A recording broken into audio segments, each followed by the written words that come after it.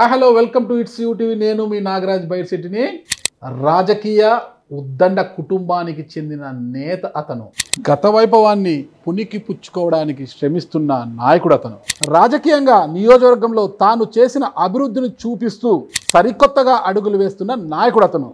మరికొద్ది సేపట్లో యూటీవీ స్టూడియోకి రాబోతున్నారు. ఆయన వచ్చిన తర్వాత మరిన్ని వివరాలు అడిగి తెలుసుకొని మీ ముందుకు తీసుకొస్తాను. ఇంటర్వ్యూని చూసిన తర్వాత మీ అభిప్రాయాలను కామెంట్స్ రూపంలో తెలియజేయండి. అంతకన్నా ముందు మా ఛానల్ను సబ్స్క్రైబ్ చేయండి. గురజాల మాజీ ఎమ్మెల్యే కాసు మహేష్ రెడ్డి మన స్టూడియోకి వచ్చేసారు. ఇక ఇంటర్వ్యూ స్టార్ట్ చేద్దాం. అన్న నమస్తే. బాగున్నారు కదా? బాగున్నారండి. ఒక ఏడాది అయిపోయింది. ఊహించని ఓటమి మీది, ఎవరు ఊహించలేదు. సరే, ఏడాది గడిచిపోయింది. ఎలా ఉంది? ఓటమి ఎవరు ఊహించరండి. ఎవరైనా ఊహించారో చెప్పండి. రాజకీయాల్లో ప్రతి పార్టీ, ప్రతి నాయకుడు నిలబడేది గెలుస్తామని, కౌంటింగ్కి పోయే వరకు గెలుస్తామనే పోతాం. ఎన్ని ఉత్తి మాటలు ఎవరైనా చెప్తే. కాకపోతే కొంచెం తగ్గిద్ది అనుకోవచ్చు, కొంచెం అక్కడ దెబ్బతింటాం, పొరపాట్లు చేసామని తెలుస్తుంటాయి. కానీ ఓడిపోతామని ఇప్పటి వరకు నేనైతే 89 నుంచి ప్రతి ఎలక్షన్ చూస్తున్న ఒక రాజకీయ కుటుంబంలో పుట్టాను కాబట్టి ప్రతి ఒక్కళ్ళు గెలుస్తామనే పోతారు. కానీ కొన్నిసార్లు గెలుస్తుంటాం, కొన్నిసార్లు ఓడిపోతుంటాం. ఎన్ని చూసిన వాళ్ళం కాబట్టి మాకు పెద్ద తేడా అనిపించలేదు. సో బాగానే ఉందండి. సంవత్సరం గడిచిపోయింది మీరు అన్నట్టు. ఈ ఏడాది జర్నీ ఎలా ఉంది? ఒక ప్రతిపక్ష ఎమ్మెల్యేగా ఏడాది జర్నీ ఎలా ఉంది నియోజకవర్గంలో? డెఫినెట్లీ మీరు అన్నట్టు ప్రతిపక్షం, పాలకపక్షం రెండు బాధ్యత కలిగిన బాధ్యతలు. పాలకపక్ష పరంగా మేము చేసిన అభివృద్ధి ఆ రోజు ప్రజలకి విన్నవించుకున్నాం. సరే, కొన్ని కారణాల వల్ల ఓడిపోయి ఉండొచ్చు. ఈ రోజు ప్రతిపక్షంలో ఉన్న మొదటి నెల నుంచే గురజాల వరకు మీకు న్యూస్ వచ్చి ఉంటుంది. ఎక్కడా మేము అలసత్వంగా లేం, ఎండగడుతున్నాం, పథకాలు పూర్తి చేయాలని ప్రభుత్వం మీద తీవ్రమైన ఒత్తిడి తీసుకొస్తున్నాం. మీరు పోయి చూస్తే గురజాల్లో మేము తెచ్చిన ఆర్ఓబి ప్రభుత్వం ఆపేసింది. పిడుగురాళ్ల జానపాడు బ్రిడ్జ్ మేము ఎప్పుడైతే ధర్నాలకు దిగి సెల్ఫీల ద్వారా ఛాలెంజ్ చేశామో వచ్చి ఫౌండేషన్ వేసి పూర్తి చేస్తామన్నారు. అలాగే సిమెంట్ ఫ్యాక్టరీలు ఎరపతినేని శ్రీనివాసరావు 40 రోజులు మూసేశారు. ఏదో కప్పం కట్టాలని, 4 రూపాయలు తీసుకోవాలని.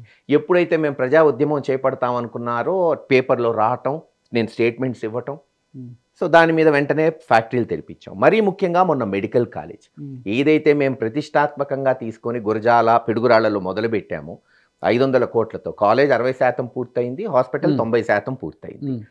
వెంటనే మేము సెల్ఫీలు మొదలు పెడితే మీరు ఊహించరు. అంటే మొట్టమొదటిసారి బహుశా ఆంధ్ర రాష్ట్రంలో సెల్ఫీ ఛాలెంజ్ అని ఒక ఉద్యమం మొదలుపెట్టాం.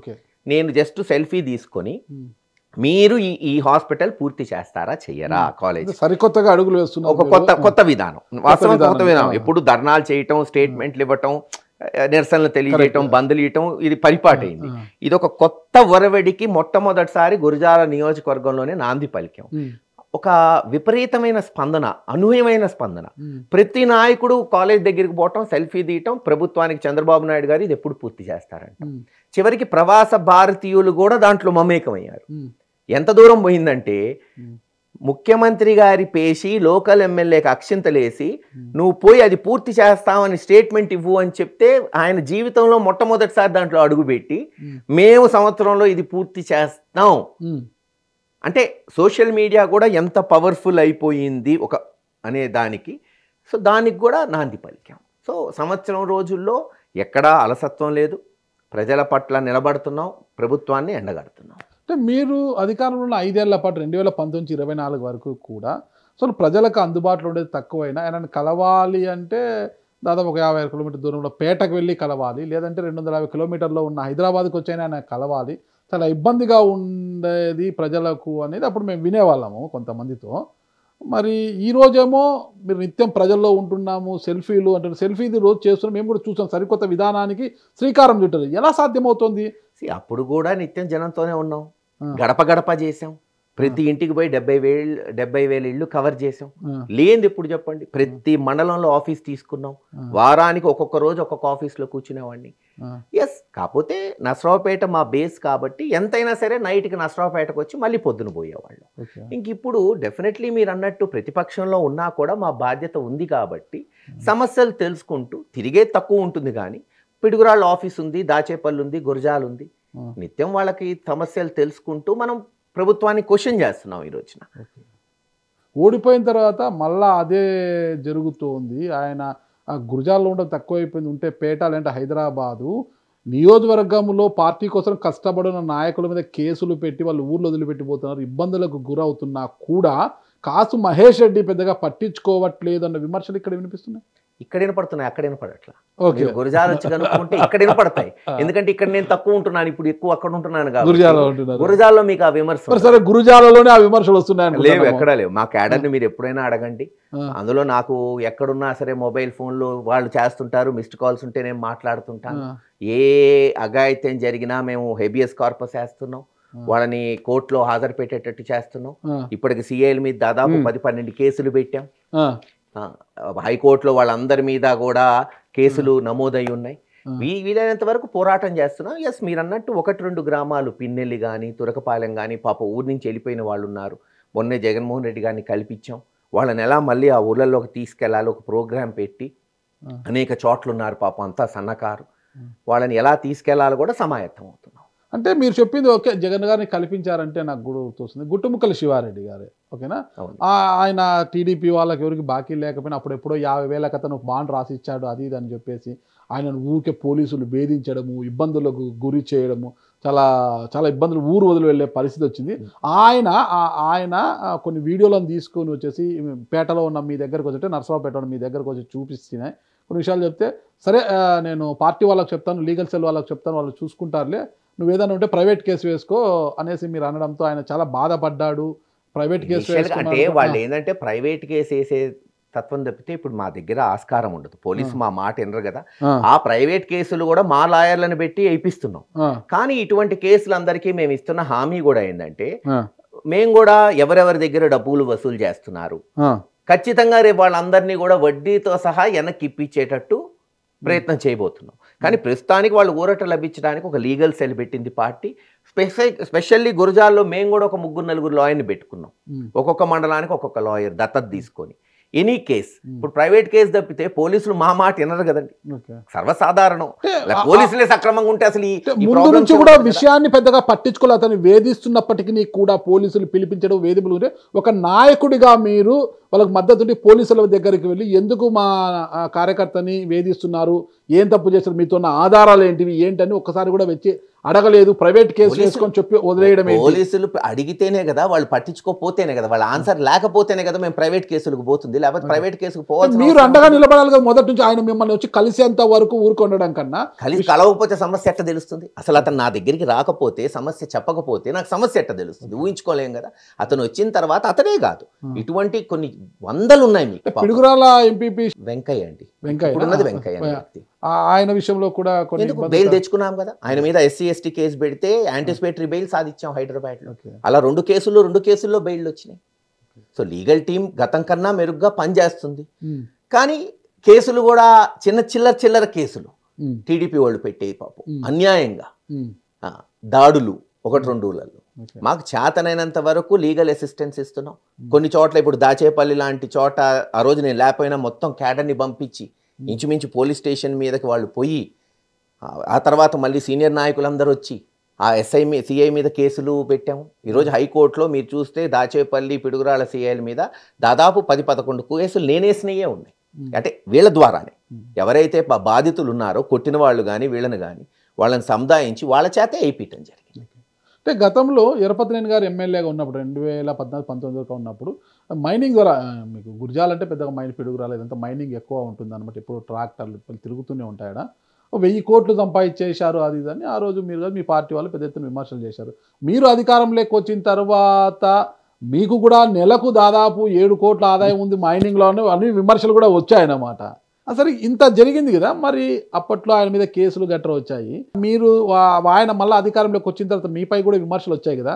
అంటే వీళ్ళిద్దరూ కూడా కలిసిపోయి ఇక కేసులు లేకోకుండా సర్దుబాటు చేసుకుని ఆయనేమో ప్రశాంతంగా ఉన్నాడు, మేమేమో ఇబ్బందులు పడుతున్నాం అనేది అక్కడ కార్యకర్తల నుంచి వస్తున్న వాదనగా వినిపిస్తుంది. మేమేమి ఈరోజు కొత్తగా రాజకీయాల్లోకి రాలేదండి. మాకు 70-80 సంవత్సరాల నుంచి ఉన్నాం. మేము ఎవరినైనా ప్రత్యర్థులుగానే భావిస్తాం. తప్పు చేసినప్పుడు అట్టే ఎండగడతాం. గతంలో మా ప్రభుత్వం ఉన్నప్పుడు ఎరపతినేని శ్రీనివాసరావు గారి మీద ఆ రోజు జగన్ గారు ప్రభుత్వం సిబిఐ ఎంక్వైరీ వేసింది. సో ఒకసారి సిబిఐ ఎంక్వైరీ వేసినాక అది సెంట్రల్ గవర్నమెంట్ మీద ఉంది. యాజ్ ఫార్ యాజ్ మీరు చెప్పేది, నేను 2019 నుంచి 24 వరకు ఎమ్మెల్యేగా ఉన్నప్పుడు ఏ మైనింగ్ అన్నా లీగల్గా జరిగింది. ఇప్పుడు ప్రభుత్వం వాళ్ళు కేసు పెట్టుకోవాలంటే మనం ఆపలేం కదా.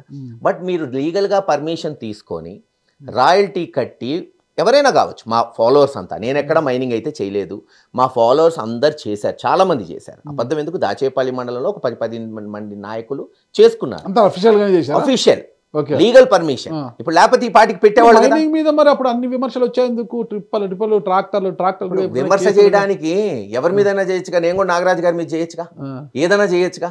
నాగరాజు గారి ఇంటర్వ్యూ అతన్ని ఎందుకు చేశాడు, ఇతనిదే చేశాడు, అపవాదు రాయిసరటం ఎంతసేపు అండి మన సమాజంలో.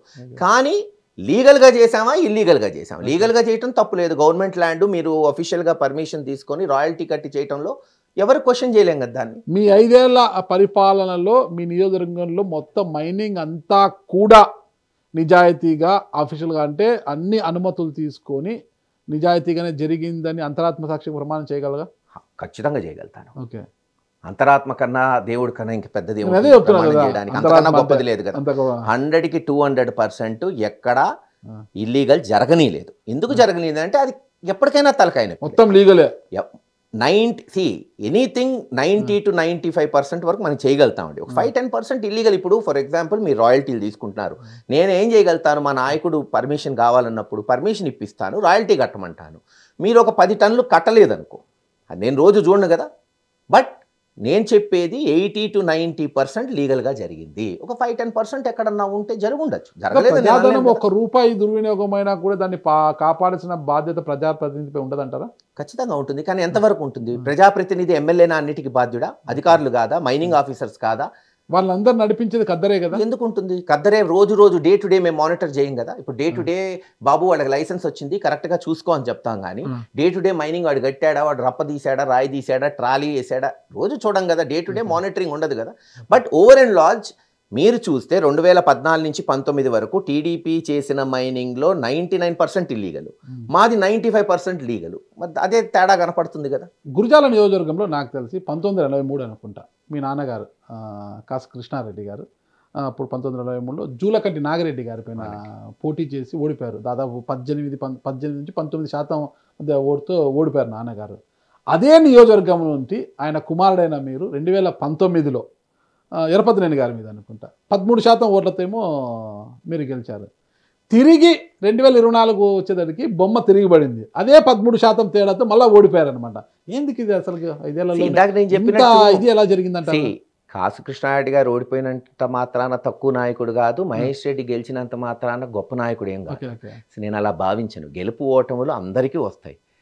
ఇక్కడ తక్కువ చేయడం కాదు, నాన్నగారు ఓడిపోయారు, అదే నియోజకవర్గంలో మీరు కొట్టి చూపించారు అంటే కుటుంబానికి కొంత. ఇప్పుడు నేననేది ఒకటేనండి, గురజాల నియోజకవర్గానికి నేను ఎమ్మెల్యేగా నిలబడాలని నేను కోరుకోలేదు ఆ రోజు జగన్మోహన్ రెడ్డికి. ఎందుకంటే నేను అక్కడ పోయి పనిచేయాలి, నేను చేసిందంతా నసరావుపేటలోనే. ఏది 99 నా స్కూలింగ్ కాలేజ్ అయిన తర్వాత రాజకీయాల్లో ఉండాలని నసరావుపేటలో పనిచేశాను. కానీ జగన్మోహన్ రెడ్డి గారి ఆదేశాల మేరకు నేను ఆ రోజు అనుకోకుండా గురజాల్లో ఉన్న ప్రత్యేక పరిస్థితులు, మా కుటుంబానికి ఉన్న సంబంధాల వల్ల అక్కడికి పోయాను. దేవుడి దయ, జగన్మోహన్ రెడ్డి గారి వాటెవర్ ఆదేశం అనుకోండి, ప్రజల కష్టం అనుకోండి, కార్యకర్తలది, నాకు ఒక అదృష్టం వచ్చింది, వాళ్ళకి సేవ చేసుకునే అదృష్టం. బ్రహ్మాండంగా అభివృద్ధి చేశాం. మెడికల్ కాలేజ్ కానీ, గురజాల దాచేపల్లి మున్సిపాలిటీలు కానీ, పిడుగురాళ్ళ బైపాస్ రోడ్డు కానీ, గురజాల దాచేపల్లి హైవే కానీ, మంచినీటి పథకాలు కానీ శాశ్వతంగా. నేను ఎప్పుడూ చెప్తుంటా వాళ్ళకి, మహేష్ రెడ్డి రేపు ఏమవుతాడో తెలియదు కానీ చరిత్రలో గురజాలలో నిలబడిపోయే పనులు చేసి వెళ్తాడు అని అట్టే వెళ్ళారు. మరి చరిత్రలో నిలబడిపోయే పనులు మీరు చేశారు, ఎంతో అభివృద్ధి చేశామని గట్టిగా చెప్తున్నారు, చాలా గర్వంగా కూడా చెప్తున్నారు, సెల్ఫీలో కూడా చూపిస్తున్నారు మీరు చేసింది ఏందనేది కూడా, మీ యొక్క అభివృద్ధిని కూడా చూపిస్తున్నారు, బాగానే ఉంది. అలాంటప్పుడు గురజాలలో కావచ్చు, రాష్ట్రంలో కావచ్చు, మీ పార్టీ ఘోర పరాభవానికి కారణం ఏమంటారు? ఇప్పుడు నేను మిమ్మల్ని కూడా అడుగుతా, చంద్రబాబు నాయుడు గారు అమరావతి డెవలప్ చేశాడన్నా అంటే, మరి 2019లో అమరావతిలోనే ఎందుకు ఓడిపోయాడంటే అమరావతికి ఏం చేయనట్టు అక్కడ ఆ గ్రామాల్లో క్యాపిటల్ తెచ్చానని అన్నారు కదా. అలాగే మేము గురజాల్లో అనేక అభివృద్ధి కార్యక్రమాలు చేసాం. కానీ ఇప్పుడు సంక్షేమం వచ్చేటప్పటికి ఈరోజు సంక్షేమం పెద్దపీట అయిపోయింది. ఉమ్మడి 2 రాష్ట్రాల్లో అనుకోండి, తెలుగు రాష్ట్రాల్లో. ఇప్పుడు జగన్మోహన్ రెడ్డి గారు ఇస్తానన్న దానికన్నా చంద్రబాబు నాయుడు గారు ఎక్కువ ఇస్తానని చెప్పటం, ప్రజలు ఆశపడ్డారు. దానికి ఏం చేయగలుగుతాం చెప్పండి. ఇప్పుడు ఆశకి మనిషి ఆశపడటం తప్పని మనం అనలేం. ఖచ్చితంగా జగన్మోహన్ రెడ్డి గారు మేనిఫెస్టో వదిలే వరకు టీవీకి అతుక్కుపోయి చూశారు జనం, ఇంకా ఏం చెప్తాడో అని. బహుశా చంద్రబాబు నాయుడు గారు మేనిఫెస్టో చెప్తుంటే 10,000 మంది కూడా లేరేమో, ఇక్కడేమో లక్షల మంది టీవీలకి, ఇంకా ఏమొస్తుందో. కానీ జగన్ గారు ఏంది ఉన్నది చెప్పాడు, బాబు ఇంత చేశాను, ఇంతే చేయగలుగుతాను, అప్పటికే చంద్రబాబు నాయుడు గారు చెప్తున్నాడు సూపర్ 6లు ఇవి అయ్యేది కాదు సచ్చేది కాదు మోసం చేస్తాడని. ఇప్పుడు ఏమైంది, సంవత్సరంలో జనానికి తెలిసి వచ్చింది కదా, ఏం తెలిసింది, ఏమి జరగట్లేదని. ఏది ఒక పథకం చెప్పండి. కాదండి, నారాజు గారు మీరు ఏడాది అంటున్నారు, క్రమం తప్పకుండా నేను మిమ్మల్ని అడుగుతాను, ఏడాదిగా మరి బిడ్డల్ని ఎలా చదివించుకోవాలండి? జగన్మోహన్ రెడ్డి గారు అమ్మఒడి ఇస్తుండే, నువ్వు ఒక సంవత్సరం ఆపేసావు, ఇప్పుడు ఇస్తానంటున్నావు అంటే ఆ సంవత్సరం ఫీజులు ఎట్ట కట్టాలి జనం? మొన్న సంవత్సరం రైతులు తీవ్ర నష్టంలోకి వెళ్ళిపోయారు, రైతు భరోసా ఆపేసావు, పోయిన సంవత్సరం అసలు రూపాయి ఇవ్వలేదు, ఈ సంవత్సరం ఎప్పుడు ఇస్తావో తెలియదు. లాస్ట్ జూన్ లో పిల్లలు స్కూల్కి వచ్చారు, ఈ జూన్ లో అందరికి ఇచ్చారు కదా ఆయన. ఈ జూన్ నుంచి వస్తే ఈ సంవత్సరానికి ఇచ్చినట్టు, పోయిన సంవత్సరం మాట. మరి ఆడవాళ్ళకి 1500 నెలకి, సంవత్సరానికి 18,000 ఇస్తాడన్నాడు. అది ఆడవాళ్ళు ఆశపడి ఏం చేశారు పాపం, డ్వాక్రా మహిళలు మీరు కావాలంటే ఎంక్వైరీ చేయండి, 5 లక్షల గ్రూప్కి లోన్ తీసుకోవాల్సిన ఆడవాళ్ళు 15-20 లక్షలు తీసుకున్నారు. అంటే ఏంటి, జగన్మోహన్ రెడ్డి గారు ఇచ్చే ఆసరా అన్నా ఉంటుంది, అంతకన్నా ఎక్కువ చంద్రబాబు నాయుడు గారు నెలకి 1500, సంవత్సరానికి 18,000 ఇస్తా అంటున్నాడు, దాంతో ఈ లోన్స్ కట్టుకోవచ్చని. ఏది ఆసరా చెప్పండి ఇప్పటివరకు? అసలు ఇస్తానన్నట్లా, నాలుక మందమా ఏంది, ఇంకా అడుగుతారా, అయిపోయింది అంటున్నాడు. మరి రేపు వాళ్ళ పరిస్థితి ఏంది? మరి 20 లక్షల మందికి ఉద్యోగాలు ఇస్తానన్నాడు, ఇచ్చే వరకు నిరుద్యోగ వృత్తి ఇస్తా అన్నాడు, అది ఎప్పుడు ఇస్తారు చెప్పండి? ఏదో తూతూ మంత్రంగా ఆ అమ్మఒడి కూడా ఎందుకు, మొన్న జగన్మోహన్ రెడ్డి గారు దర్శిపోయి పొదిలిపోయి బ్రహ్మాండంగా సభ జరిగింది, సత్తెనపల్లి వస్తున్నాడు, ఏంటి ఇంత మార్పు ఏంటి? వాస్తవం చెప్తున్నా మీకు, కావచ్చు గన్నవరంలో కావచ్చు విరిగా పరిశ్రమ వస్తున్నాయి కదా, ఐటీ కారిడార్ మొత్తం కూడా వైజాగ్ లో కూడా మొత్తం అన్ని పేపర్ మీద వస్తున్నాయి, కింద ఏవి అసలు ఉద్యోగాలు ఏవి? ఇప్పుడు ఊరికే చెప్పడానికి ప్రెస్ మీట్ పెట్టి ఇప్పటికి 4 లక్షల ఉద్యోగం ఇచ్చేసామని చెప్తున్నాడు. ఎవరికి ఇచ్చావు, ఎంతమందికి ఇచ్చావు, కాన్స్టిట్యున్సీ ఏ గ్రామం, ఎవరికి? అందరికి ఇప్పుడు ఒక ఐడెంటిటీ ఉంది కదా, ఆధారో ఏదో ఒకటి, అవన్నీ చెప్పరు. వచ్చిన 6 నెలల్లోనే మీ ప్రభుత్వం చేసిన అప్పుల కుప్పలను ఎత్తిపోసుకుంటే సరిపోయింది, మొత్తం కూడా అప్పులు చూస్తుంటే భయం అవుతుంది, మిగతా 6 నెలల కాలంలో ఇవన్నీ చేయగలుగుతాము, ఇంకా చేస్తున్నామని అంటున్నారు కదా, పవన్ కళ్యాణ్ గారు కూడా అదే అంటున్నారు. చూద్దాం కదా. ఇప్పుడు జగన్మోహన్ రెడ్డి గారు 3,30,000 కోట్లు 5 ఏళ్లలో కోవిడ్ అనే మహమ్మారి యావత్ ప్రపంచాన్ని కుదేలు చేసిన అప్పు 3,30,000 కోట్లు అండి. దానికి లెక్క ఉంది, దాంట్లో ఎంత సంక్షేమం ఇచ్చాడు ఏంటి లెక్కలతో సహా ఆయన చెప్పాడు ఎలక్షన్లో. మళ్ళీ మనం రిపీట్ చేయడం పెద్దంత అవసరం లేదు. అంటే సంవత్సరానికి సగటు 65,000 కోట్లు. ఈ ఒక్క సంవత్సరమే చంద్రబాబు నాయుడు గారు 1,60,000 కోట్లు అప్పు చేశాడు. ఇచ్చింది ఒక అమ్మఒడి ఒకటి, రైతు భరోసా ఇవ్వలేదు, దాన్ని ఏదో పేరు మార్చారు. లేడీస్కి ఇస్తానన్న 1,500 సంవత్సరానికి 18,000 ఇవ్వలేదు, మరి నిరుద్యోగ భృతి ఇవ్వలేదు, ఫ్రీ బస్ ఇంకా మొదలు కాలేదు. మరి దేనికి తీసుకున్నట్టు 1,60,000 కోట్లు? మరి జగన్మోహన్ రెడ్డి గారేమో ఉండొచ్చు, మరి 3 గ్యాస్ సిలిండర్లు ఏడొచ్చినాయి. గ్యాస్ సిలిండర్లు మీరు పోయి ఆడవాళ్ళని అడిగితే చెప్తారు, గ్యాస్ వచ్చింది కానీ గ్యాస్ సిలిండర్లు రాలేదు అంటున్నారు. గ్యాస్ కొట్టడం వచ్చింది కానీ సిలిండర్ మటుకు రాలేదు ఇప్పటి వరకు. ఇవన్నీ ఏంటంటే, ఇప్పుడు ఇదే చంద్రబాబు నాయుడు గారు కదా, మరి జగన్మోహన్ రెడ్డి గారు 3,30,000 కోట్లు చేస్తే 10 లక్షలని బోగస్ ప్రచారం చేసి ఆంధ్రప్రదేశ్ శ్రీలంక అవుతుంది అన్నారు. ఇప్పుడు ఏమవుతుందండి? స్విట్జర్లాండ్ అవుతుందా? ఒక సంవత్సరంలో 1,60,000 కోట్లు అప్పు చేస్తే స్విట్జర్లాండ్ అయిపోయి రేపు మంచు కురిసి ఆ ప్రాంతంలో ప్రజలంతా మంచులో ఆడుకుంటారా? జరగబోయేది కనీసం శ్రీలంక కూడా కాదు, ఆంధ్రప్రదేశ్. ఇలాగే గనక అప్పు చేసుకుంటూ పోయి ఇలాగే శాంతి భద్రతలు ఇప్పుడు చంద్రబాబు నాయుడు గారు ఏదైతే అనగదొక్కి అక్రమ కేసులు పెడుతున్నాడో ఇలాగే కొనసాగితే రాసి పెట్టుకోండి, ఆఫ్రికాలో ఉన్న సుడాన్ అవ్వబోతున్న ఆంధ్రప్రదేశ్, కనీసం శ్రీలంక కూడా మిగల్చడు. అంత ఘోరంగా విమర్శిస్తున్నారు. వాస్తవం చెప్తున్నాం, విమర్శ ఏముంది, ఉన్నది మాట్లాడుకోవడానికే కదా మనం ఉన్నది. సుడాన్ అనేది సృష్టించబడ ఒక కొత్త దేశం అది. మరి ఇప్పుడు పరిస్థితులు ఎలా ఉన్నాయి? లా అండ్ ఆర్డర్ మీరు చూస్తున్నారు, బహిరంగంగా చంపటం ఏంది, కొట్టడం ఏంది, కొట్టిన వాళ్ళనేమో కనీసం కేసులు లేకపోవటం ఏంది? ఎక్కడన్నా ఇప్పుడు మొన్న సత్తెనపల్లిలో పాపం 2 రైతులు ఆత్మహత్యలు చేసుకున్నారు. ఎలక్షన్ అయిన వెంటనే మొన్న లక్ష్మణ్ అనే వ్యక్తి పోలీస్ స్టేషన్కి పిలిపించి, నువ్వు కమ్మవైతే వైఎస్ఆర్లో ఎందుకున్నావు? పోలీసులు, తెలుగుదేశం నాయకులు కాదు. ఈ సర్వేలను నమ్మి వైఎస్ఆర్ కాంగ్రెస్ పార్టీ గెలుస్తుంది, పలానా వాళ్ళు గెలుస్తారని పందాలు కాసి అప్పుల పాలే చనిపోయాడు అంటున్నారు అని తెలుగుదేశం వాళ్ళు. ఇప్పుడు ఒక మనిషి ఆత్మహత్య చేసుకుంటే ఆత్మహత్య చేసుకుంటున్న మనిషి లెటరో వీడియోనో పెడతాడు. ఇప్పుడు వీడియోలు వచ్చినాయి కాబట్టి, లేదు వాళ్ళ ఫ్యామిలీ చెప్పాలి, ఎందుకు వాళ్ళు చెప్పరంట, వాళ్ళు చెప్పింది ప్రామాణికం కాదంట. తెలుగుదేశంలో ఉన్న మంత్రులు చెప్తే ఇది ఎక్కడ విడ్డూరం అండి? మంత్రి అమరావతిలో ఉన్న మా మంత్రికి ఏం తెలుసు ఆ పిల్లోడు ఎందుకు ఆత్మహత్య చేసుకుంటున్నాడో? మరి మొన్న లక్ష్మణ్ అనే వ్యక్తి పెద్దనెమ్మిలిపూరి సత్తెనపల్లి కాన్స్టిట్యున్సీలో వీడియో పెట్టాడు, మీకు కావాలంటే వీడియోలు ఉన్నాయి. సెల్ఫీ పెట్టి, సార్ నన్ను ఇట్లా హెరాస్ చేస్తున్నారు పోలీసులు, చితకబాదుతున్నారు, నేను పురుగుల మంది తాగి చచ్చిపోతానని సూసైడ్ చేసుకొని ఇంచుమించు పాపం అటెంప్ట్ టు సూసైడ్ చేసుకున్నాడు. ఇప్పటికి కూడా హాస్పిటల్లో ఉన్నాడు. దేవుడి దయ వల్ల ప్రాణాలు దక్కినాయని. అది కూడా తప్పేనా? బెట్టింగ్ అంటున్నారండి. జగన్మోహన్ రెడ్డి గారు ఎవరినన్నా బెట్టింగ్ పెట్టమన్నాడు అనుకుందాం. పేపర్లో గెలుస్తామని రాశారు, సాక్షిలో రాశారని మంత్రులు అంటున్నారు. గెలుస్తామని రాయక నేను ఇందాకే మీకు చెప్తున్నా, ఏ నాయకుడైనా కౌంటింగ్కి పోయినా ఎలక్షన్లో నిలబడినా గెలుస్తామని చెప్తాడు. చంద్రబాబు నాయుడు గారు 2004లో 9లో 19లో గెలుస్తామనక ఓడిపోతామని చెప్పాడా? గెలుస్తామనే చెప్తాం. ఎవరైనా బెట్టింగ్ పెడితే తప్పే, ఎక్కడ బెట్టింగ్ పెట్టమని ఎవ్వరం ప్రోత్సహించాం. కానీ అతను చనిపోయింది పోలీసుల హెరాస్మెంట్ వల్ల అని ఆయన భార్య తల్లిదండ్రులు చెప్తున్నారు. ఎందుకు చెప్పాలి చెప్పండి? కామగుండ వాళ్ళకేమి ఇప్పుడు ఏం రాదు కదా, గవర్నమెంట్ మీద పోరాడిన ఉన్నది చెప్తున్నారు అంతే. రాష్ట్రంలో పరిస్థితి పోయింది. గురజాలలో ఇంత అభివృద్ధి చేశారు కదా, 2019లో వచ్చిన 13 మళ్ళీ ఎందుకు తిరగబడింది? అంత వ్యతిరేకత ఎందుకు వచ్చింది అంటారు? రాష్ట్రం అంతా గాలి వచ్చింది కదండి. ఇప్పుడు రాష్ట్రం అంతా, ఇప్పుడు మీరు ఒక గురజాలే అంటున్నారు, రాష్ట్రంలో మరి ఆ రోజు మాకు వచ్చిన 160 కాస్త తగ్గినాయి కదా. అంటే ఎంత గాలి వచ్చినా ఒకటి మనం చూడాలి. ఇక్కడ ఎంత గాలి వచ్చినా కుప్పంలో బాబును ఓడించలేరు, పులివెందులో జగన్ గారిని ఓడించలేరు. ఈ రెండు చాలా స్థిరంగా ఉంటాయి. ఇంత గాలి వేసినా పుంగనూరులో పెద్దిరెడ్డి రామచంద్రారెడ్డి గారు ఓడిపోలేదు. 4000 ఓట్లతో 4000 పైసలు గెలిచారు. ఆయన కుమారుడు మిథున్ రెడ్డి గెలిచారు. ఎంత కడపలో వాళ్ళు వన్ సైడ్ అయినా కూడా ఎంపీ అవినాష్ రెడ్డి గారు గెలిచారు. మరి అలాంటి సమయంలో మీరు ఎందుకు పదిలం చేసుకోలేదు మీ నియోజకవర్గాన్ని? నేను ఇందాక మీకు చెప్తున్నట్టు అన్నీ మా చేతుల్లో ఉండవు కదా. మాకు వచ్చిన అవకాశాన్ని సద్వినియోగం చేసుకున్నాం, అభివృద్ధి చేశాం. కానీ సంక్షేమం అనేది ఎప్పుడు కూడా ప్రభుత్వం మీద ఆధారపడి ఒక ఎమ్మెల్యే చేసేది కాదు. బహుశా చంద్రబాబు నాయుడు గారు ఇస్తానన్న పథకాలకు ఆకర్షితులయ్యారు. మహేష్ రెడ్డి ఇవన్నీ చేశాడరా, ఇంకా వచ్చిద్ది కదా మనకి డబ్బులని ఆశపడి ఉంటారు. మనిషి ఆశాజీవి కదా. అంటే నియోజకవర్గంలో మీ వ్యవహార శైలి కూడా కొంత భిన్నంగా ఉండేది. అంటే క్యాడర్తో సరిగ్గా కలిసేవారు కాదు, ఇబ్బందికరంగా. అంటే రెగ్యులర్గా నియోజకవర్గంలో ఉన్న క్యాడర్తో పెద్ద సఖ్యతగా ఉండేవారు. క్యాడర్తో నా దగ్గరికి వచ్చినోడిని కూర్చోబెట్టి, అధికారిని పక్కన కూర్చోబెట్టి మాట్లాడతా. ఎందుకంటే అది మా ఫ్యామిలీ నేర్పించిన స్థితిగతులు మనకి. ఎందుకంటే తెలుసు మాకు ఈ పదవి శాశ్వతం కాదు, ఖచ్చితంగా రేపు కాకపోతే ఎల్లుండి ఓడిపోతాం, మంచిగా ఉంటే కనీసం వాళ్ళ మనసుల్లో మిగిలిపోతాం అనేది మాకు చిన్నప్పటి నుంచి నేర్పించింది. అది ఏదో మనం గెలిచాం విర్రవీగితే ఇవన్నీ ఉండేవి కాదు బాబు, శాశ్వతం కాదు. అంటే కారణాలు ఏమన్నా కావచ్చు, ఎవ్వరు కూడా కంటిన్యూస్గా ఉంటాం. సరే కొన్ని కాన్సెన్సెస్ మీరు అన్నట్టు రియల్లీ అమేజింగ్. రాజశేఖర రెడ్డి గారు 78 నుంచి గెలుస్తున్నారంటే we have to hats off for them.